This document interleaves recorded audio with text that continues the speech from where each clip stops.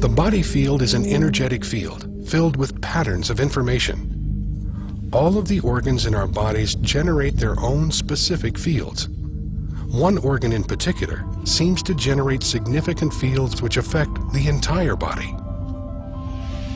The heart is the emperor in the system. The liver and all the organs have other tasks, but the heart is ruling all. There's a concept in energy medicine called energy cardiology that says that the signals produced by the heart are all of regulatory importance.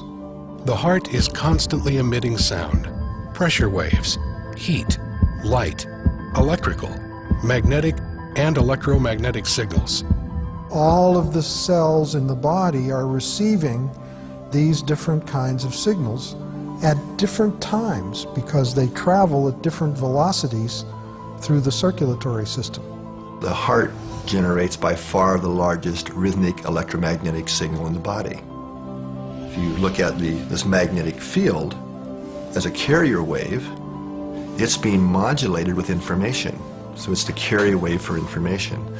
And the work in our lab has shown quite clearly that it's modulated with emotional patterns. In other words, if we're feeling angry or frustrated, irritated, the information that's being imprinted on that magnetic field is very different than if we're feeling care or love or compassion towards that person. The heart has been found to have rhythmic beating patterns that can be incoherent or coherent. These patterns are closely linked to our emotions and how we feel. When the heart's rhythmic beating pattern is smooth and ordered, it's called a coherent rhythm. And that coherent rhythm entrains or synchronizes the brain rhythm, the nervous system, the bodily organs and glands all dance in harmony to that heart coherent rhythm. Positive emotions, what we tend to call positive, things like love, appreciation, care, forgiveness, gratitude, all lead to a very different kind of heart pattern than negative things. Like if we're feeling anger or irritation, anxiety, those create what are called incoherent rhythms or disordered patterns. On the other hand, we have the positive feelings when we're just appreciating the sunset and how beautiful it is. Our heart's beating out this what we call coherent rhythm. It's a sine wave-like pattern that the heart is sending to the brain.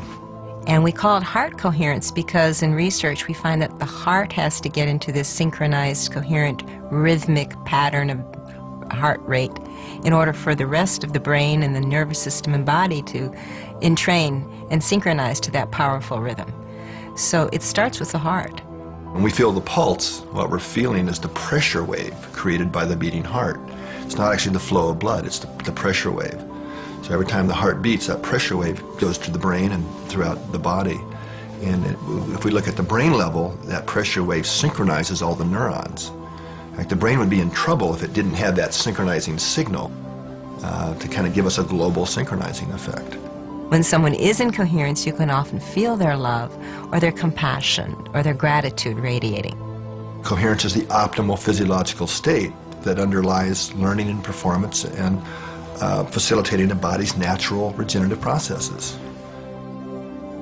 The heart has its own intrinsic nervous system, which can sense, feel, remember, and process information that's independent from the brain. We always think of the information input system as being entirely in the brain. But we're now discovering information that the heart receives information first and then relays it to the brain. Studies have shown that the heart responds faster than the brain to outside stimulation. One of the more recent studies we did in our labs was looking at what we ended up titling the electrophysiology of intuition.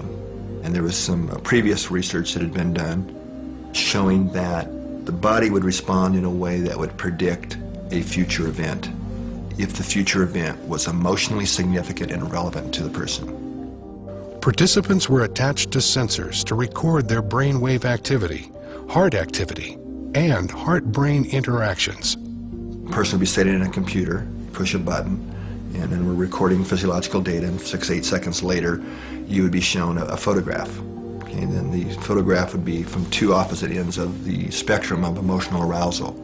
Participants were shown pictures of car accident victims, snakes attacking, and other disturbing images. On the other end of the spectrum, the pictures included flowers or sunsets. The photographs were randomly assigned for display to the participants. What's key here is the computer assigned not only which photograph, but which type of photograph after the data was already recorded. So it was absolutely impossible for the research subject, the experimenter, to have any kind of foreknowledge of what photograph it might be. The computer itself didn't even know. The results were surprising. The body responded even before the picture was displayed. What we found was that not only did the body indeed respond prior to the event, seeing the picture in a way that would predict it, but it was the heart that responded first. The heart's response was not only faster, but the signal it sent to the brain varied depending on the emotional content of the picture. Looking at the signals that the heart was sending to the brain, that the heart literally sent a different message to the brain, depending on what the future picture was going to be. Then you saw a brain response. Then you saw the body response, which is where it then became conscious. So the flow of this intuitive information is heart, brain, body, and then you have to have the body response for it to become consciously aware of it. What these experiments reveal is changing our basic understanding of how the human body functions. It appears as though the heart and brain, later, have access to a field of information not bound by time and space.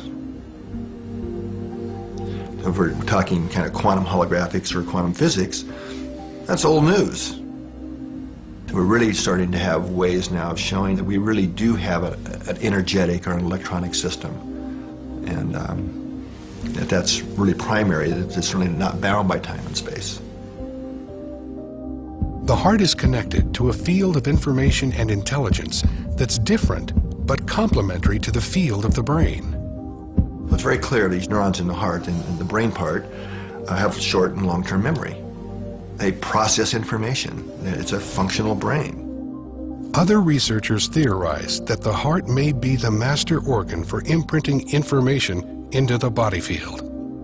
There's a lot of neural tissue in the heart, and we believe that neural tissue is there in order to act as an imprinter for the hologram. The body's holographic body field is continually supplied with information via the pressure waves of the heart. Inside the heart there is an enormous amount of charge. Now the pressure waves in the presence of this charge inside the chamber of the heart is sufficient to imprint information. If the heart is transmitting or imprinting information, there must be a way for the cells in the body to receive that information.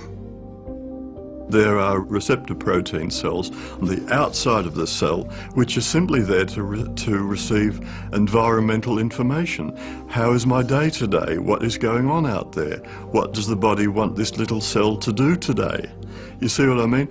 There has to be intercellular communication, but there has to be one source so there can be one control system for the body.